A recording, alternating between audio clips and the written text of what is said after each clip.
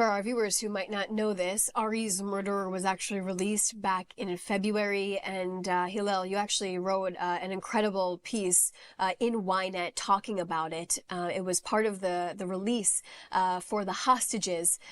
His murderer was released in exchange for some of these hostages who got out. Tell us what it's like to be a family who has to, live through this tragedy again, the murder of your brother, but also know that life will be coming out in exchange for someone like this. Tell me what it's like for you to be in a situation like this and your family. Yeah, I think it's this internal conflict, this cognitive dissonance that everyone in Israel feels. We all have this internal conflict. We want the war to end, but we don't want it to end before we get Hamas. We have a lot of conflicts, right? And I think that example is a perfect example because on the one hand, obviously terrible that he's let out of prison, this kid. And I say kid because he was a kid, and that's a very important point, by the way, to those that say because someone's a kid in Gaza, that means they're innocent. He was a kid who murdered my brother. He wasn't a Hamas terrorist. He was just a regular Arab kid who lacked nothing. He wasn't occupied, wasn't oppressed, nothing. He decided today's a good day to kill a Jew.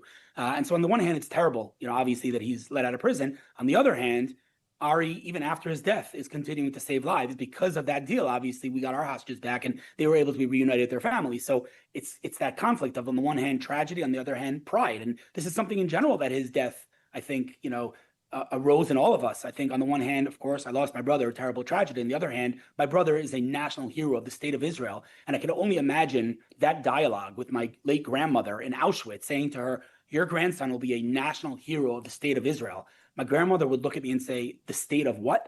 She wouldn't even know how to digest that. So it's that conflict. And I think that story is just a perfect example of it. We, of course, are devastated that that kid was let out. But on the other hand, we all rejoiced at the view and the sight of seeing those hostages reunited with their families.